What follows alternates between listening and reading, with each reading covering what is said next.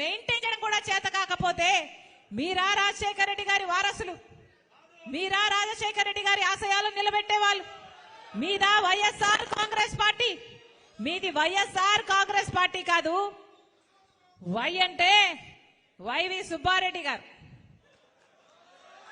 Yes అంటే సాయిరెడ్డి గారు, are అంటే రామకృష్ణ, సజ్జల రామకృష్ణ గారు.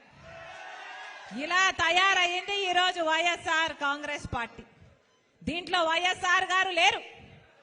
ఇది జగన్ రెడ్డి పార్టీ, ఇది నియంత పార్టీ, ఇది ప్రజలను పట్టించుకోని పార్టీ, ప్రజా సమస్యలను పట్టించుకోని పార్టీ, ప్రజల ప్రయోజనాలను తాకట్టు పెట్టి బీజేపీకి బానిస అయిన పార్టీ. రాజశేఖర రెడ్డి గారి ఒక్క ఆశయమైనా నిలబెట్టారా? ఒక్క ఆశయమైనా నిలబెట్టారా?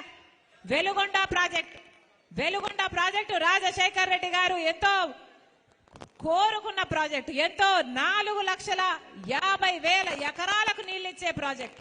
ఒక్క ఈ జిల్లాకే కాదు, పక్కన కర్నూలు, కడపకు కూడా నీళ్లిచ్చే ప్రాజెక్టు. 45 టీఎంసీల సామర్థ్యం ఉన్న ప్రాజెక్టు. రాజశేఖర రెడ్డి గారు 60% పనులు పూర్తి చేసి పోతే ఆ తర్వాత చంద్రబాబు గారు కనీసం తట్టడు మట్టడి తీసి పోసాడా? 5 సంవత్సరాలు చంద్రబాబు గారు ముఖ్యమంత్రిగా ఉంటే వెలుగొండ ప్రాజెక్టు ఒక్క అడుగు కూడా ముందుకు వేయలేదు. ఆ తర్వాత జగనన్న గారు ముఖ్యమంత్రి అయ్యారు.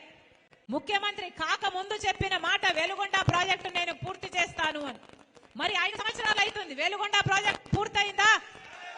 వెలుగొండ ప్రాజెక్టు పూర్తయిందా?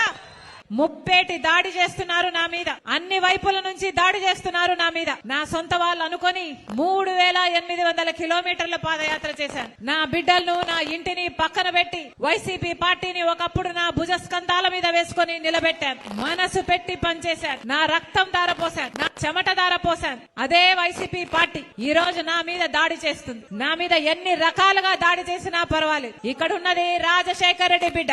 ఇక్కడ భయపడే వాళ్ళు ఎవ్వరూ లేరు. మీకు చేతనైంది చేసుకోండి. నేను రెడీ, మీరు రెడీయా?